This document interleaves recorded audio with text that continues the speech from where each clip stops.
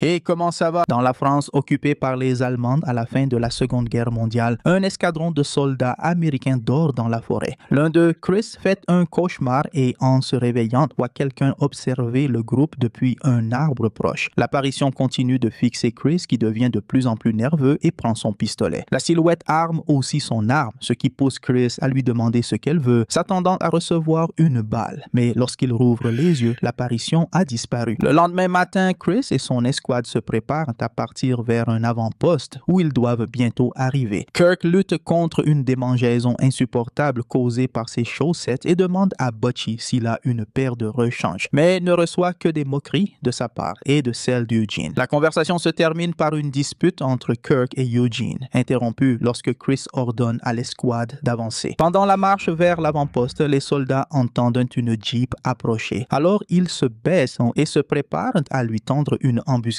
avec des lance-grenades. La Jeep est détruite par l'escouade qui s'approche ensuite pour éliminer les soldats restants. Tapper arrache l'insigne SS d'un officier comme trophée et lui extrait aussi une dent en or. Kirk abat un survivant de l'explosion tandis que Butchie fouille à la recherche de cartes et de messages codés. Kirk trouve un autre survivant qui semble être en meilleur état que les autres. En découvrant qu'il s'agit d'un major, Butchie décide de le défier à main nue, mais l'officier ne semble pas intéressé et traite les soldats de porcs pour avoir pillé les affaires de ses hommes. Un autre survivant se réveille et Butchie lui écrase le crâne, ce qui pousse le major à changer d'avis. Les deux hommes commencent à se battre. Le major allemand prend l'avantage, alors Chris s'approche et l'abat. Ensuite, Chris se tourne vers ses hommes et leur ordonne de battre en retraite, réalisant qu'ils ont pris la mauvaise direction. Avant de partir, Tapper prend l'un des manteaux des soldats morts. En marchant à travers la campagne, ils entendent quelqu'un dans la forêt devant eux. L'escouade s'arrête et attend jusqu'à ce qu'un groupe de réfugiés sorte de sa cachette. Le groupe continue son chemin et Tapper court vers eux, où une femme et un enfant l'attendent. Il leur remet le manteau, les dents en or qu'il avait ramassées et l'insigne SS. L'escouade poursuit sa route vers l'avant-poste, traversant des villages en flammes et des champs dévastés. Lorsque Chris révèle que le poste est en réalité un château qu'ils doivent défendre. À leur arrivée, ils voient un garde dormir dans une Jeep garée à l'extérieur. Il le réveille et il court aussitôt à l'intérieur en criant aux autres hommes qu'ils peuvent enfin partir. L'escouade entre dans le château et voit les autres soldats se presser pour quitter les lieux au plus vite. Avant de partir, Butchie demande à ce que la radio reste dans le château. Chris est méfiant face à cette urgence car l'endroit semble pourtant idéal, mais l'officier supérieur explique que certains veulent simplement prendre une pause. Il les laisse donc partir. Plus tard, les hommes préparent le déjeuner dans la cuisine tandis que Chris décide d'explorer la maison, ce que Eugene est déjà en train de faire. Il trouve un piano et s'assied pour en jouer. La musique résonne dans tout le château vide et ses coins en désordre. Chris entre dans le bureau principal et découvre une immense marque de brûlure sur le sol, à l'endroit où se trouvait autrefois une chaise. Il entend alors des bruits étranges venant des conduits de ventilation, mais ne parvient pas à comprendre ce que c'est. Butchie entend du bruit dans la salle de bain, va vérifier, trouve la porte verrouillée et lorsqu'il s'éloigne, elle s'ouvre toute seule. Plus tard, tous se réunissent dans le salon, mangeant et se relaxant. Quand ils entendent des bruits étranges, ce qui les pousse à prendre leurs armes pour aller enquêter. Tappert et Butchie montent l'escalier principal et vérifient toutes les portes du deuxième étage. Kirk et Chris entendent un bruit près d'eux, mais ne parviennent pas à l'identifier en entrant dans une pièce remplie d'objets recouverts.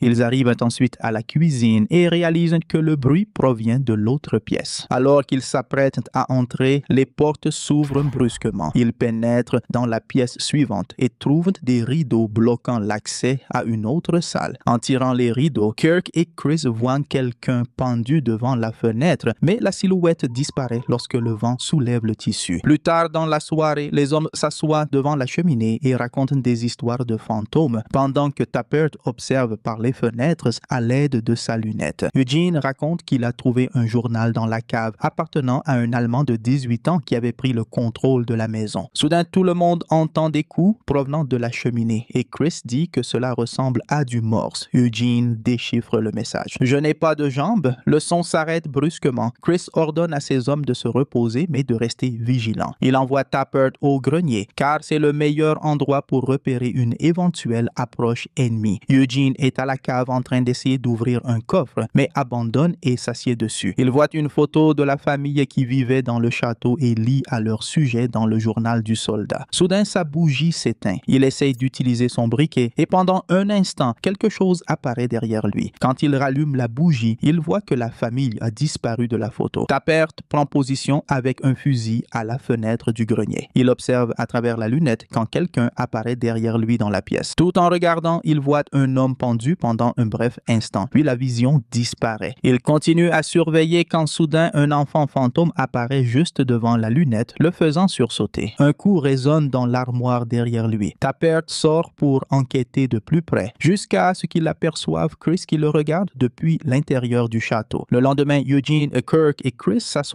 sur la véranda et parlent du fait que l'escouade précédente voulait quitter l'endroit rapidement. Eugene raconte aux autres une histoire sur Tappert datant de leur passage à Paris. Il l'a trouvé assis dans une flaque de sang, entouré des corps démembrés de 7 adolescents de la jeunesse hitlérienne. Tappert tenait une ficelle dans les mains, comme s'il jouait au jeu du berceau avec quelqu'un, le regard terrifiant. Chris dit qu'il est content que Tappert soit de leur côté, quand soudain celui-ci apparaît sur la véranda. Il explique que l'escouade précédente voulait partir car elle avait entendu une transmission radio indiquant que 50 soldats allemands passeraient par le château en route vers Strasbourg. Il conseille à ses compagnons de se cacher dans la forêt jusqu'à leur passage, mais Chris préfère défendre le château. Tappert dit qu'il retourne au grenier pour essayer de les repérer à temps et demande à Eugene de l'accompagner. Une fois là-haut, il commence à aménager l'endroit et trouve un pentagramme dessiné sous le tapis. Eugene pense que les Allemands ont dû tuer les anciens habitants de manière rituelle, ce qui serait lié à l'obsession d'Hitler pour l'occultisme. Il ne parle plus du sujet et commence à déplacer l'armoire. Quand l'armoire touche le pentagramme, la porte se referme sur les doigts d'Eugene, les lui brisant. Il pense que Tappert l'a fait exprès et le pousse contre l'armoire. Lorsqu'il regarde dans le miroir, il voit le reflet d'une femme pendue. Plus tard, Eugene, Chris et Kirk écoutent une des fréquences radio lorsqu'ils entendent quelque chose d'encore plus étrange. Une voix de femme annonce qu'ils viennent pour eux. Tous conviennent que le château est peut-être hanté et Kirk suggère qu'ils devraient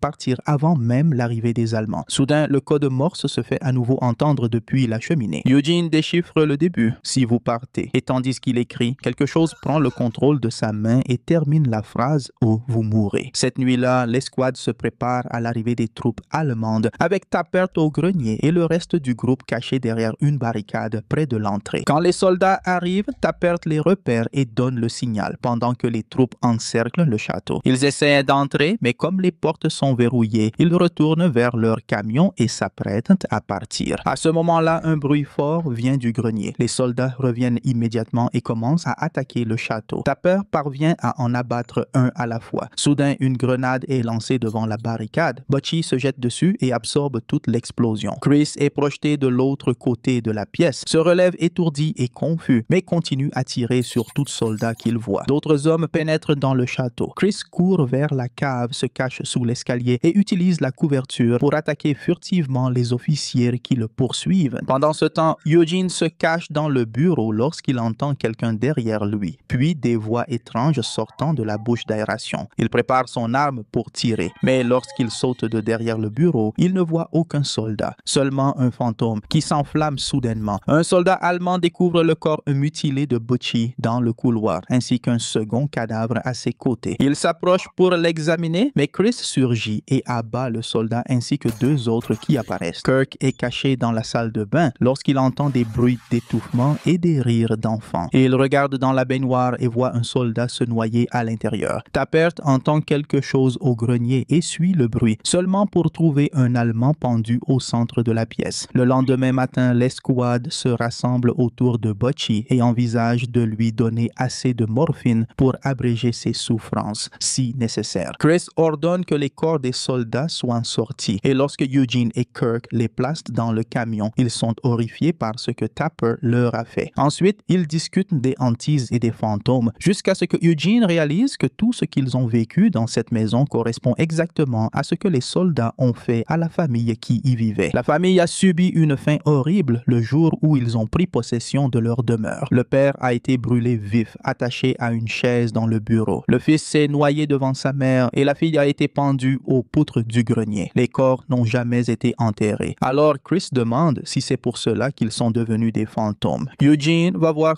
trouve à Butchie. Là, il est surpris par Tappert qui apparaît et raconte sa version de l'histoire à Paris avec les jeunes de la jeunesse hitlérienne. Eugene comprend que tout ne peut pas s'expliquer de manière rationnelle. L'histoire de Tappert porte un autre poids qu'il a déterré lorsque Eugene lui en a parlé plus tôt. Plus tard, Chris fait un cauchemar dans la baignoire où un fantôme essaie de le noyer. Alors qu'il est tiré sous l'eau, il voit 3 soldats masqués qui se transforment en infirmières, puis redeviennent des soldats avant de se réveiller. Le lendemain, il s'occupe de Butchie et parle de quitter le château, même si cela signifie être puni pour avoir abandonné leur poste. Chris et Eugene retournent à la cave pour chercher quelque chose qui aurait appartenu à la famille. Eugene part à la recherche de son briquet, tandis que Chris trouve le journal, mais voit que les pages sont vides. Lorsque Eugene revient, il agit bizarrement en parlant du journal. C'est alors que Kirk les appelle tous les deux. Butchie est réveillé et répète que tout cela n'est pas réel, que c'était eux. Avant de mourir, il attrape Chris et lui dit de se souvenir. Ce soir-là, les membres restants de l'escouade discutent à nouveau de l'idée de quitter le château. Chris dit qu'il devrait d'abord enterrer les corps de la famille et demande à consulter le journal pour chercher des indices. Les pages, soudainement, sont à nouveau pleines. Eugene dit qu'il va chercher des indices dans le journal pour localiser les corps, mais qu'ils devraient quitter les lieux sans attendre. Les garçons enterrent Butchie dans le jardin avant de partir. En chemin vers le camp, ils croisent une ambulance détruite sur la route ainsi que le même groupe de réfugiés qu'ils avaient vus auparavant. Ils continuent à marcher et parlent de la possibilité d'être coincés dans l'au-delà jusqu'à ce qu'ils passent devant un bâtiment étrange. Ensuite, ils arrivent à nouveau à la même ambulance et décident de faire demi-tour. L'escouade traverse la ville détruite qu'ils avaient déjà traversée et dort dans la forêt cette nuit-là. Tappert crève qu'il est pendu aux poutres du grenier, mais se réveille dans la forêt et voit le mot Vetrulek écrit à côté de son sac de couchage. Le jour suivant, l'escouade repasse encore une fois devant l'ambulance et en se retournant, ils tombent sur les corps des soldats qu'ils avaient tués auparavant. Finalement, ils reviennent au château pensant que cet endroit ne les laissera pas partir. Cette nuit-là, Chris pense qu'il peut communiquer avec les esprits et découvrir où ils sont enterrés. Tappert prononce le mot Vetrulek et Eugene se souvient l'avoir lu dans le journal. C'est une ancienne malédiction musulmane disant que si on laisse le mal se produire, il peut revenir vous hanter 10 fois pire. Cette même nuit, les hommes attendent que les fantômes apparaissent pour tenter d'entrer en contact avec eux. Des pas apparaissent devant eux et avancent droit vers Chris, s'arrêtant juste en face de lui. Il voit un fantôme qui l'attrape et commence à le traîner vers une autre partie du domaine. Chris supplie qu'on tire sur le fantôme, et bien qu'il ne le voit pas, et Tappert tire dans la direction indiquée. Les autres suivent Chris jusqu'à une autre maison et en y entrant, ils voient des images d'un autre lieu et d'un autre temps avant de trouver Chris à côté des corps de la famille. Ensuite, les soldats enterrent les corps et trouvent la dernière page du journal attachée au corps du père. Eugene lit ce dernier passage qui dit que la famille n'était pas française mais afghane et qu'ils ont risqué leur vie pour sauver le plus de juifs possible. La page dit aussi que la mère a lancé une malédiction de Vetrulek sur les soldats, les condamnant à être hantés jusqu'à la tombe. Plus tard, au château, Eugene se souvient d'un autre passage du journal et le relit, disant que les mots ont changé et indiquent désormais qu'avoir enterré les corps a seulement donné plus de pouvoir aux fantômes pour revenir d'entre les morts. Soudain, les lumières s'éteignent et, alors que Tappert est assis au centre du pentagramme au grenier, les fantômes apparaissent dans le château. Chacun attaque un soldat et les hommes tentent de se défendre, mais rien ne fonctionne. Soudain, les fantômes commencent à trembler, comme s'ils étaient défectueux, et le corps mutilé de Butchie apparaît devant Chris, lui disant que ce n'est pas réel. Un fantôme le conduit alors jusqu'à un miroir, lui disant de se souvenir. Chris se réveille dans le présent, entouré d'infirmières et d'un médecin. Il regarde autour de la pièce et voit ses camarades étendus. Il soulève la couverture et réalise qu'il n'a plus de jambes. Le médecin lui dit que ses souvenirs vont bientôt revenir. Chris commence à se rappeler qu'il était en réalité un soldat en Afghanistan et que son escouade avait pour mission de sauver un médecin qui aidait les Américains. La mission consistait à l'emmener dans une maison sûre à Kaboul. Dans le présent, le médecin explique qu'il se trouve dans une installation connectée à une simulation conçue pour aider les soldats à surmonter leur stress post-traumatique pendant la guérison de leurs blessures.